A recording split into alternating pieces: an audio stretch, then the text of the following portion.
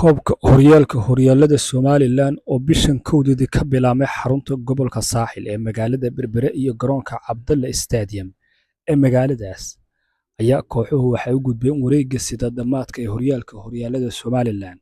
Kooxaha gudbay ee wareegga sideed-dhamaadka rajeynaya inay u gudbaan wareegga afar-dhamaadka ee koobka waxaa ka mid ah Dowladda Hoose ee Hargeysa oo la ballansan Dowladda Hoose ee Berbera. Sidoo kale waxaa kulan dhex mari doona Gaashaan Hargeysa iyo kooxda Dowladda Hoose ee Burco oo koobka difaacanaysa. Sidoo kale waxaa ballansan kooxda Dowladda Hoose ee Ceerigaabo oo iyaduna la ciyaari doonta kooxda Goodir ciidanka booliska ee gobolka Saaxil. Dowladda Hoose ee Wajacalena waxay kulmi doonaan kooxda ciidanka booliska ee isla gobolka Togdheer.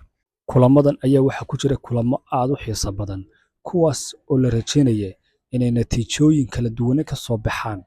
Koobkan kooxihii ugu badnaa waxay ka socdeen ka soo qayb gala dowladaha hoose ee waddanka. Sidoo kale waxaa iyaguna kooxo badan uga soo qayb galeen kooxaha ciidanka booliska ee ka jira magaalooyinka kala duwan ee waddanka.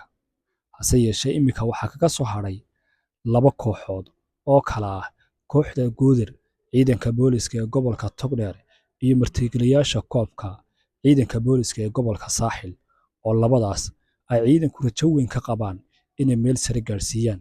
Koobkan sideed-dhamaadka waxaa u gudbay 5 kooxood oo ka mid ah dowladaha hoose ee magaalooyinka kuwaas oo fursadda ugu fiican haysta inay u gudbaan wareegga afar-dhamaadka ee koobka horyaalada Somaliland. Sanadkan waa adag tahay in saadaasha la sii sameeyo cidda guuleysan doonta koobkan horyaalada Somaliland